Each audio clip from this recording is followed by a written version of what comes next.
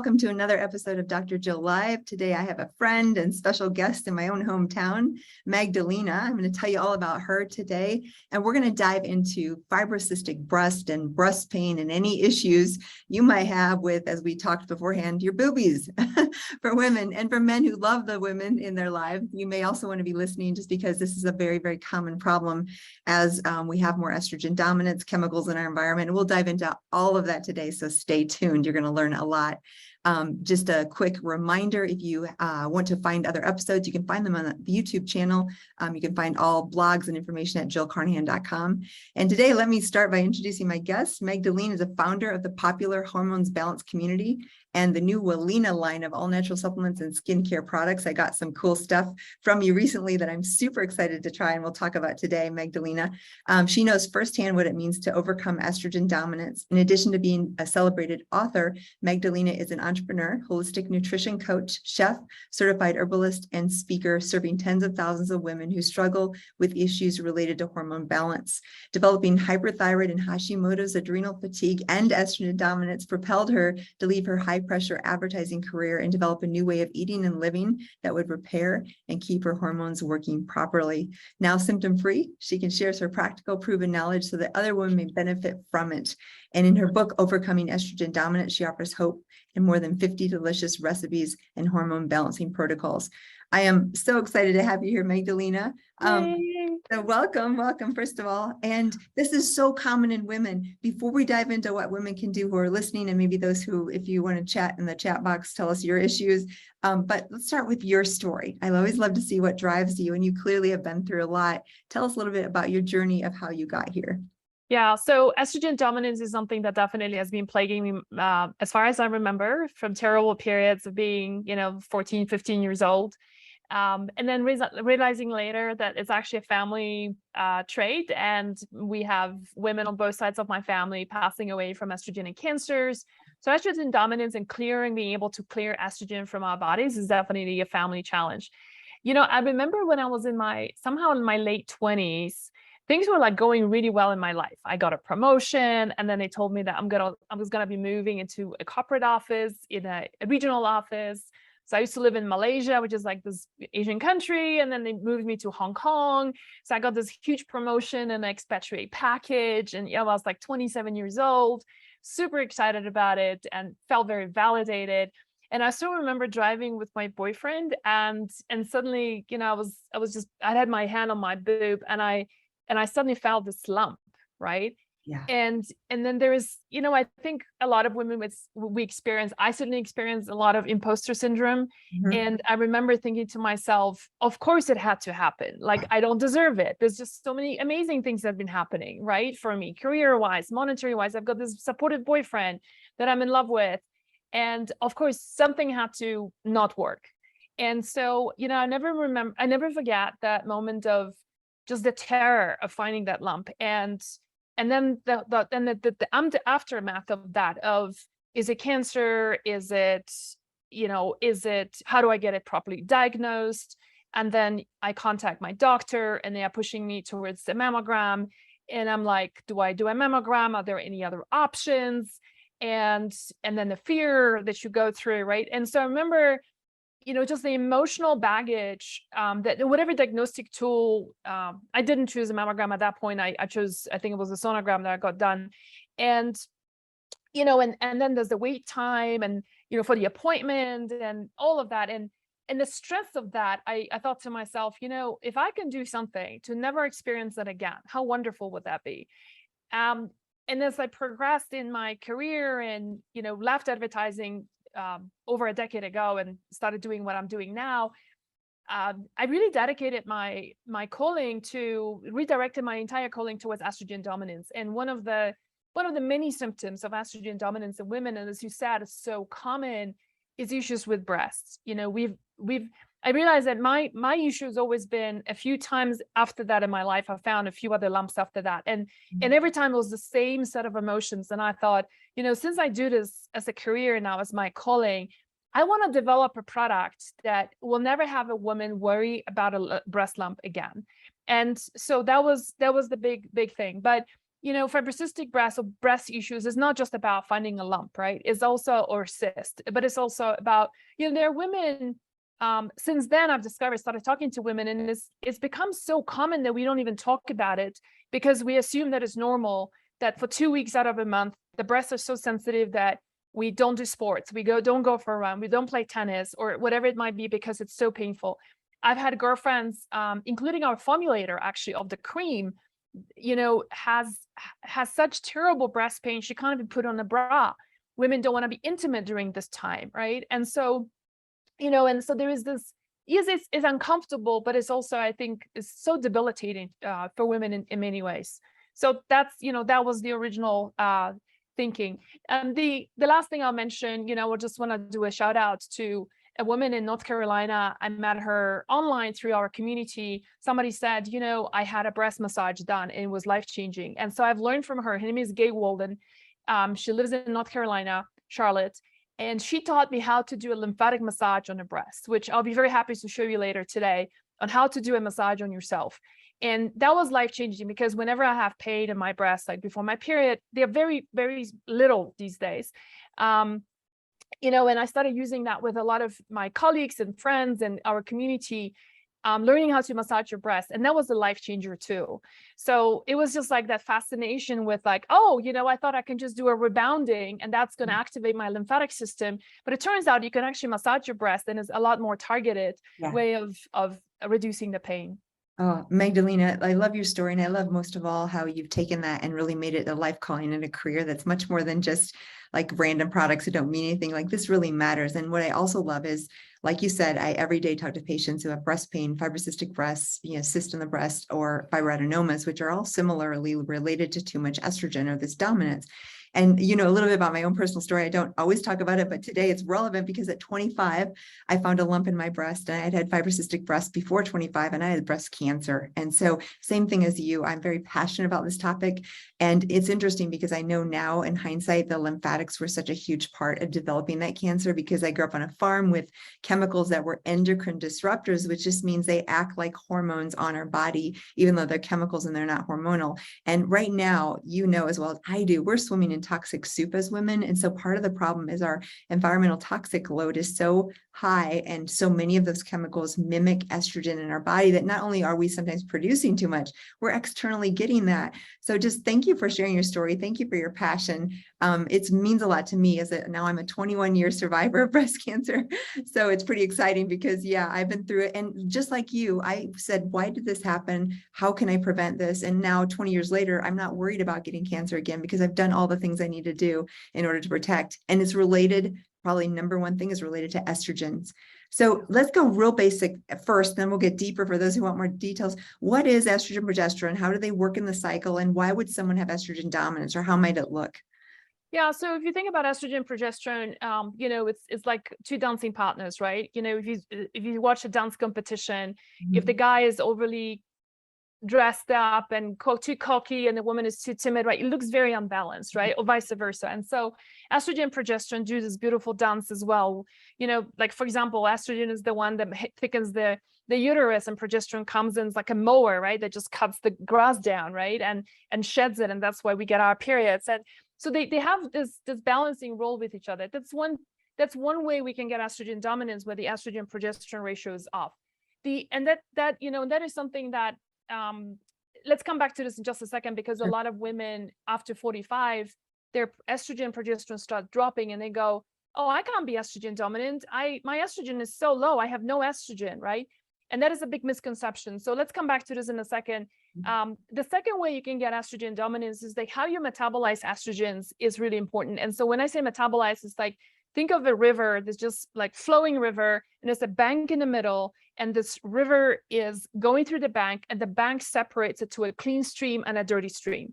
That bank is your liver, right? And that's where you may also put the gut in there too, arguably, right? But the point is that there is something that metabolites helps us to really differentiate those clean and dirty estrogens. So first of all, let's not demonize estrogen, because the name estrogen dominance in some ways it's a gift and a curse, because it's put the condition on the map. But on the other hand, it's also create a lot of fear around estrogen.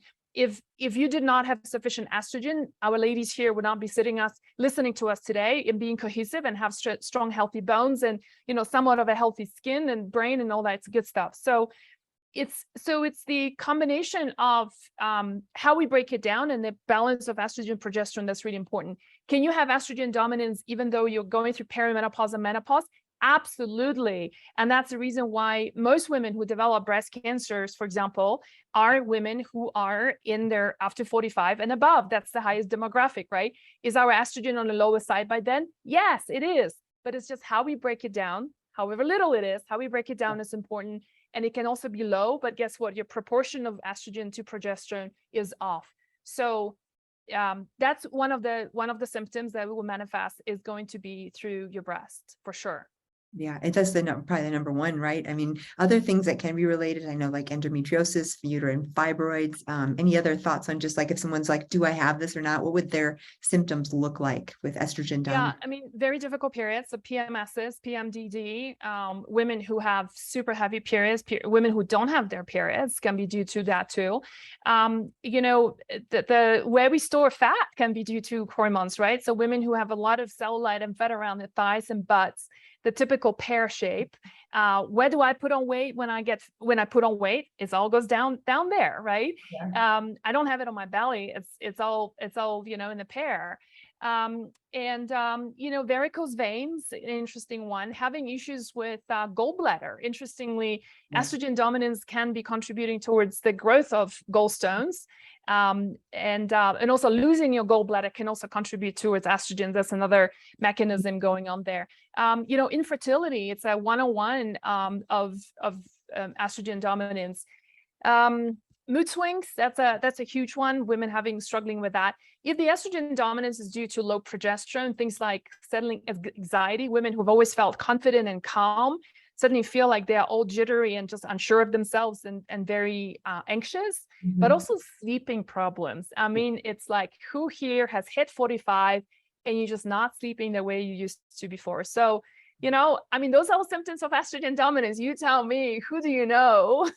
Yes, it's so common. And again, it's not only because we're producing more, our livers are overloaded, then we have these external forces. Let's just real quickly, before we go into the specifics on the breast and all the stuff you have to share, talk about chemicals in our environment. There's so many things that mimic estrogen. Do you recommend any sort of a detox or looking at bath and body products or looking at cleaning products or looking at organic foods? What are a few key tips that you recommend? Because there is a lot of external exposure from these phthalates and parabens and things. Yeah, so let's just, you know, I mean, we can do a whole podcast just on the, you know, 20 worst offenders, right? But I think let's just keep it super simple and practical. Just eat organic. You know, it's really as simple as that, as much as you can on a budget. If you're on a budget, then look at the clean, you know, the clean and the dirty dozens, right, on the EWG website and see which are the worst offenders. And then when it comes to, you know, cleaning products, I mean, I think the easiest thing to do is just go to a food co-op or to a health food store, and the buyers there do a lot of the filtering and the work already for you, where you don't have to crack your head on what is this ingredient, what does it mean, blah, blah, blah, right? So that's, you know, that's, I think, one of the, plus another thing is there's a lot of online brands these days. Unfortunately, many of them do a lot of greenwashing. But follow someone like yourself, right? Or join a community that you trust, a practitioner, and the recommendations of products they put forward, whether it's your deodorant, which is such a big part of like what gets in here. You guys, this is like your lymphatic system. We're going to talk about this today, but your lymphatic system is so rich here, right? And this is like such a great absorption area. You're putting chemicals in it. What about perfumes? Like, where do we as women are told to spray perfumes? Right here, which is your thyroid, right? Very thin skin. That's where also you put your progesterone there for quickest absorption too. Where else? Right in here. Again, quickest absorption point, right? You know, find brands of perfumes that are based on essential oils and such. So I think it can be pretty straightforward if you just know the source and you trust that source. I love that you made it so simple and started with, and I would say clean air, clean water, clean food, which is what you're saying with cleaner, eat organic. And I love the simplicity because it does. I remember after the breast cancer when I was like, why did this happen at 25? And I started to dive into it. And the first thing I did was start to clean up my bath and body, my makeup, my stuff. And it was overwhelming at first Yeah. because I did go dive into the chemicals and stuff, but you don't have to do that. Like you said, you kept it really simple. And I love that. And literally vinegar and water can do a lot. And that's one of the safest ways to start to clean. Lemon, vinegar, water. Those three ingredients can probably clean your whole house in general. So, okay, so let's dive into the breast. Obviously, the breasts are an organ that produces a lot of estrogen. They're very estrogen sensitive because there's a lot of cells, but why are the breasts so affected in women? And again, what would symptoms, we can say fibrocystic breast, but what does that actually mean to someone who maybe isn't sure if they have it or not? Yeah. So if you look at charts of breast, there are so many lymphatic nodes in the breast itself. It's so highly lymphocyzed.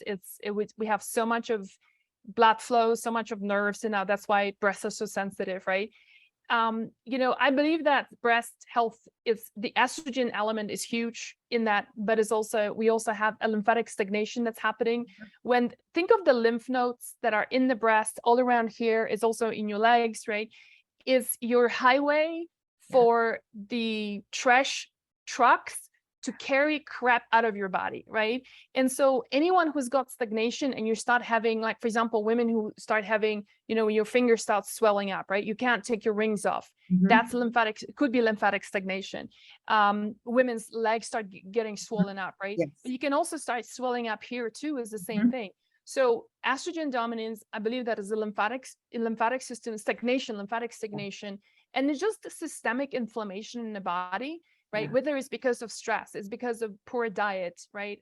Very poor sleep, can be a huge contributor towards that. So, this is when the lymphatic system and the lymph nodes really respond in the breast in such a huge way. One of the ways that they become so swollen is because there is just a lot of liquid that gets stuck in those, and you're just not getting that movement. We can release all of that by using, I believe that using topical can really be helpful in getting things moving in the breast, but it's also, I also like to address the underlying cause of it, which is support the liver to address estrogen dominance, right? And move the lymphatic system by using specific herbs, as well as lower the inflammation in the body through both topical as well as internal. So I love that you're focusing on lymphatic, and next we're going to actually talk about the breast exam, but I want to just emphasize for those, thinking medically, like, what is this happening? So any chemical, any exposure, including our own hormones, need to be detoxified by our liver, like you said earlier. And we have this phase 1 where the first product goes in and gets metabolized to this intermediate, and then phase 2 takes it into a water-soluble molecule and eliminates it into the gallbladder with the bile, and then that can be excreted in the gut. Now we can also excrete products in the urine, sometimes the breathe, the sweat, so there's other ways. But the lymphatics and liver are so closely connected because the liver is your car filter, the filter of your blood. And the lymphatics are, like you said, those streams or those routes. And again, looking back at my own history, 25 breast cancer, very aggressive, my lymphatics basically weren't working at all. So if I had known that 20 years ago, it could have made a really big difference. So I really love, because especially for me, conventional medicine, we don't talk a lot about lymphatics unless it's like lymph node cancer. There's not a lot of emphasis, and it's so critical. And what I've seen in Lyme and mold and all the complex chronic illnesses that I treat, when they do poor on their detox protocols, it's almost always lymphatics that are impaired. And so I have to really think like my naturopathic friends who use drainage remedies, like homeopathic drainage remedies, some of the massage, some of the rebounding. Why don't you talk a little bit about, I know you've gone into this, what are some areas, or what are some things we can do to help lymphatics? And then let's go specifically to the breast. Yeah. So, so my father right now is going through final stages of his life. And so his lymphatics aren't working. Yes. One of the things that we have learned from the help that he's getting is how to do a lymphatic massage. Like, if you don't have a rebounder, you don't have a space for it, you don't have the funds for it, whatever, right? Let me show you like one of the easiest ways of doing that. Perfect. And that is, you literally, you will see what I'm doing. I'm just standing up on my feet and just dropping like this. And then just doing that, and let me tell you, like, just by doing this, like, I feel so energized. Yeah. It doesn't take much. You're standing in a line before you pay your organic groceries, right? Yeah. Just do that. That's really, that's a huge one. Another one, a lot of people might have heard about is doing your dry brushing, I right? am a huge fan of that. You are, yeah. Yes. My water heater is one side of the house and my bathroom is on the other side of the house. So by the time the water gets in there, it's like a good 5 minutes of wait time. So I use this time to like do dry brushing as well. I have the brush right next to my bathroom, right? And you do that towards your heart before you take a shower. It's so rejuvenating, it's so reviving, right? You feel so energized by that. It's pretty incredible. I could not agree more. I just want to say for people watching, you've never dry brushed, all you need is a natural bristle bath brush. Does not have to be anything fancy. It can be $3 and really simple. And like you, I love to make things easy so that they're not hard. They're, easy to do. I set it right by my shower, same exact thing. So you almost can't not do it by you run into it. And as you mentioned, you're brushing towards your heart and limbs, so everything goes up towards your heart, and you can actually do your upper chest here. Any tips on the actual chest area, just like downward motion towards the heart? You mean here? Yeah. I just do it gently with a brush, but I would love to show you how to, and I also want to say that ever since we got our community to do dry brushing, women have been reporting that their cellulite, they just would not go away in spite of exercise and dieting has actually improved a lot.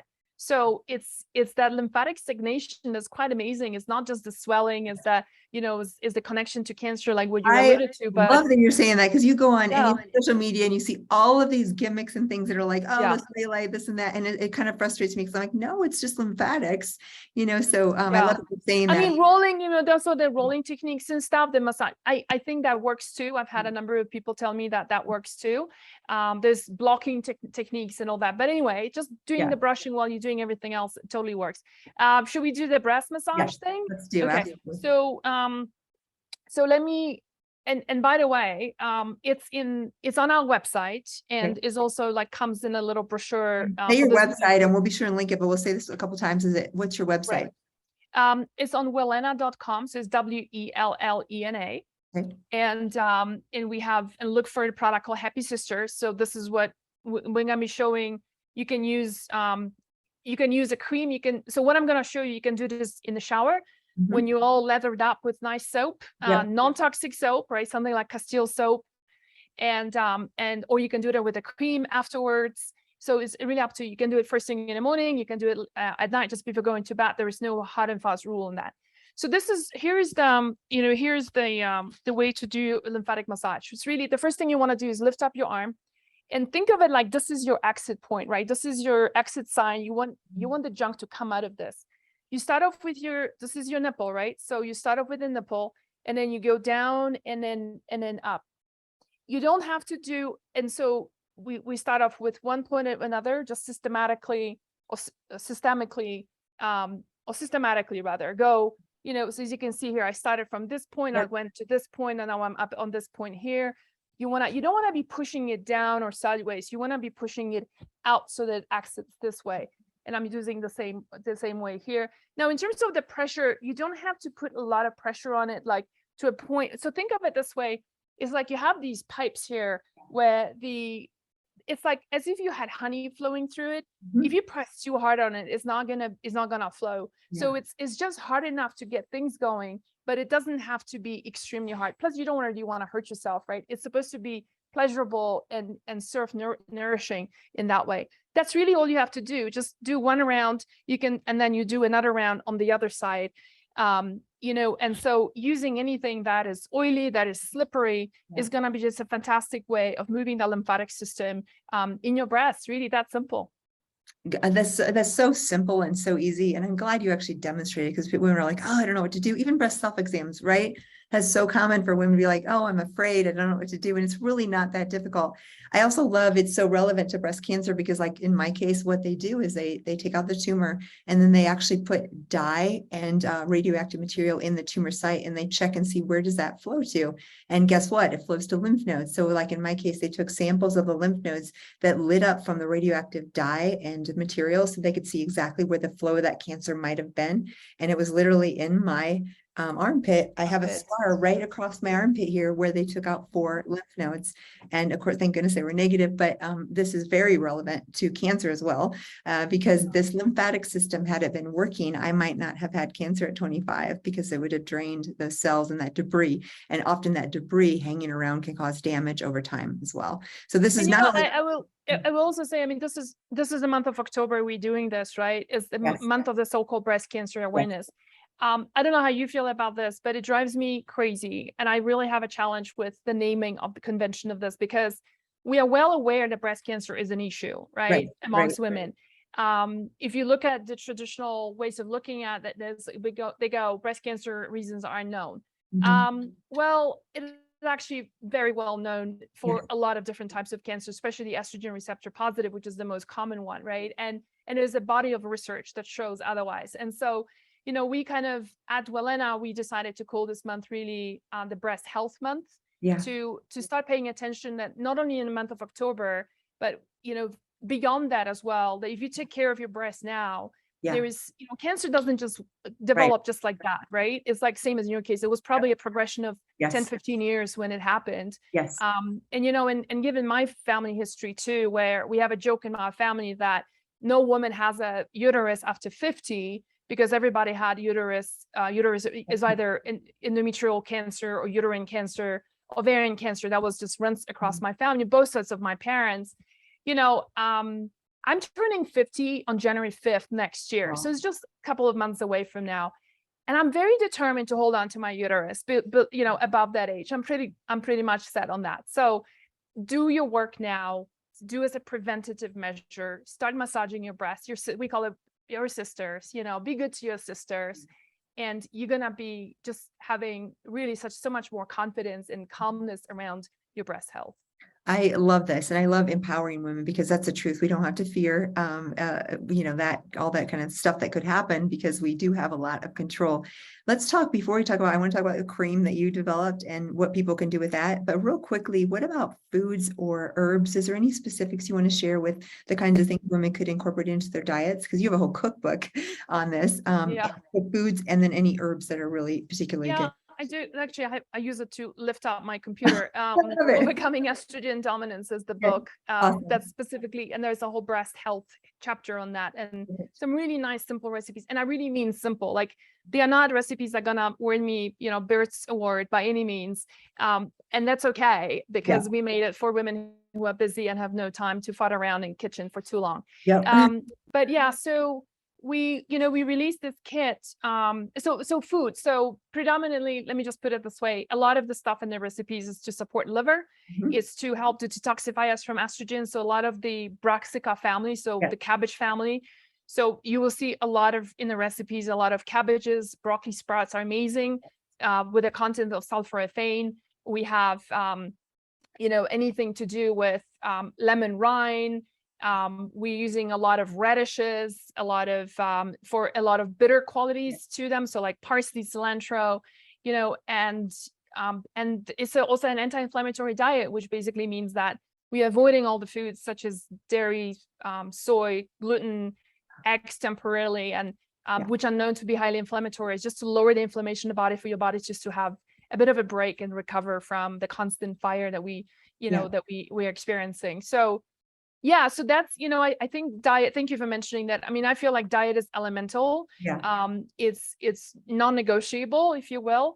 The truth of the matter is that, you know, we decided to put the product out too in conjunctions, because sometimes women just need to see some results before they are willing to change the diet. I find like changing a diet is one of the hardest things. Whether it's because we have some kind of a addiction to food, or whether it's because we don't have a supporting partner or family, be like, oh yeah, but I want my mac and cheese, you know, and it's a non-negotiable. So sometimes I think it's better to make some change rather than no change at all. And this is why I think products sometimes can really help before we dive into the deep end, you know, and changing the diet. So can I show you the cream? Yes, let's go with the cream. So this is the kit, right? And we wanted to treat the breast. We call it Happy Sisters, and it contains a supplement that has got a lot of different herbs that are have very high efficacy for applying for liver support, to specifically work on estrogen detoxification, skewing the detoxification mechanism towards the 2-hydroxyestrone, so the protective estrogen, and away from the 4 and the 16. That includes things like yerba santa. We're using endographis, and a lot of people know endographis as being like the, you know, the COVID herb. But actually there is a lot more to, like with every herb, there's a lot more complexity to, that they can offer. We have magnesium in that, we have DIM in that, we have calcium D-glucarate. All of those are that's what I was going to mention. My favorite, DIM, calcium D-glucarate, sulforaphanes from broccoli. So I bet you have all that covered. Good. So that is what helps to metabolize estrogens, right? We also using GLA in here, which a lot of people know, evening primrose oil. We are sourcing ours from borage oil, because borage seed, because it's got actually higher GLA content.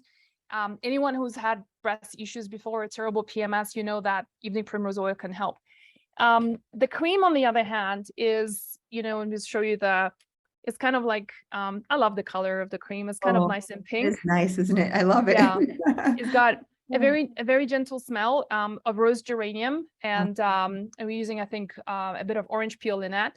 And again, it's, you know, we're using a lot of oils that St. John's wort. We're using poke root oil, which, if you look at research, there's very little research behind it. But if you look at traditional medicinal uses amongst white women in North America, poke root has been used medicinally for mastalgia, so women's pain in the breast, and PMS for centuries. And it is so highly efficacious that I have so much love and respect for poke root. I saw a lot of poke weed, you know, this summer, and I just like have this so much love and appreciation for that herb. When we tested it on some of our clients and team members, just poke root infusion itself, just the amount of relief they got from that, not even talking about any other ingredients in there, was just so was so amazing. So so there is, you know, there's Nigella sativa in here, so there's black cumin oil in here. There's also GLA. So we're using GLA, so gamma linolenic acid, in both the creams, because we also found that it's so anti-inflammatory. It helps with prostaglandins, suppressing the pain, and enhancing the protective prostaglandins topically, so it's not just internally. And one other herb that, you know, you might appreciate that one is St. John's wort. So St. John's wort taken internally is very controversial, but a lot of people know that it's like, that's a happy herb. That's a sunshine herb. It does interact with SSRIs, so you don't do that when you're taking SSRIs. But topically, it will not interfere with anything. It is so amazingly anti-inflammatory.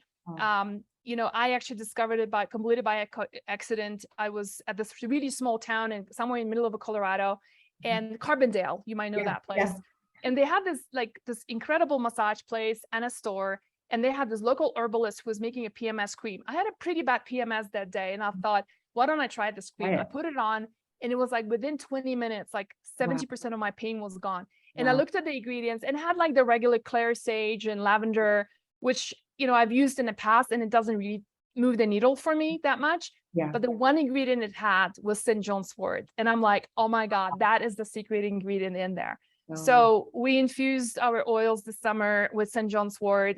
It's just such a beautiful, you know, it makes it like a rich red color oil. And that's what we're using in the topical as well. So you can use this cream to do the lymphatic massage that I showed just now, but you don't have to use our cream. You can just use anything that is oily, or you can do the massage while you're taking a shower, and you all nicely lather wrap with some nice organic soap. Oh, this is tremendous. I love your herbalist knowledge that you bring to this. And even like sometimes the serendipity, like your Carbondale experience. And then, you know, that's just how the universe works. I think I've had that too. Like, I don't know how this all happened, but it's perfect as far as how you got the knowledge and all that. I love that. It makes so much sense, and all the great ingredients to help detoxification in your supplement. Super excited to share this with my patients and then our listeners. Where can people find you and find more information about not only you, but the product? So on Wellena.com, just look for Happy Sisters. The product is right there. And, you know, on social media, it's Hormones with an S, Hormones Balance on Facebook, and Hormone Balance on Instagram. Got it. yeah, so that's Awesome. those are the two places. Very cool. And we talked about, stay tuned to my Instagram. You all know probably Jill Carnahan, MD, or actually Dr. Jill Carnahan. But what I was gonna say is we're gonna do a giveaway, I think, of at least maybe one. Yes. So we will, so stay tuned if you're listening and you follow us, and maybe we can connect. Maybe we can even do a little bit of a Instagram live and then do the giveaway that way, so people can hear you as well and connect to you. I love this information, so relevant, and especially personally, I'm so passionate because of my history. And if I can help one woman prevent cystic breast or get rid of the pain or prevent cancer, I am all in. I was so glad to talk to you today. What's any last parting words of wisdom? Someone who's suffering from fibrocystic breast or pain, or and it could be any realm. It doesn't have to be just breast and hormone related, but parting words, what would you say? You know, I think that I would just say, listen to your sisters. You know, breast, as I say, I refer to breast as sisters, you know, they're your best friends. And just by showing you their pain or cysts or lumps, you know, it's their way of saying, I really need your help to figure things out. Just help me out here. And there's so many things we can do early in the game without being fearful or, you know, or confused about the whole situation. I love that. And I'll just say the last parting words here is that's so relevant to my life, because my calling started with breast cancer. It was literally like the calling for my sisters. It said, Jill, you have I mean, I was going into medicine, but it took me a whole different route and a whole different passion, and especially with environmental toxic load and detox and hormones like you're talking about. So I have a lot to thank for my breast as well, because that really started my journey and the passion that I have. And it sounds like you too. So we both have a common story there. Magdalena, thank you for your wealth of knowledge. Thank you for being a brilliant entrepreneur to create solutions for women. I will be sure and link, if you heard about this anywhere you're listening, you can find links to the products and the information from her. And thank you again for sharing that with us today. Thank you so much for having me.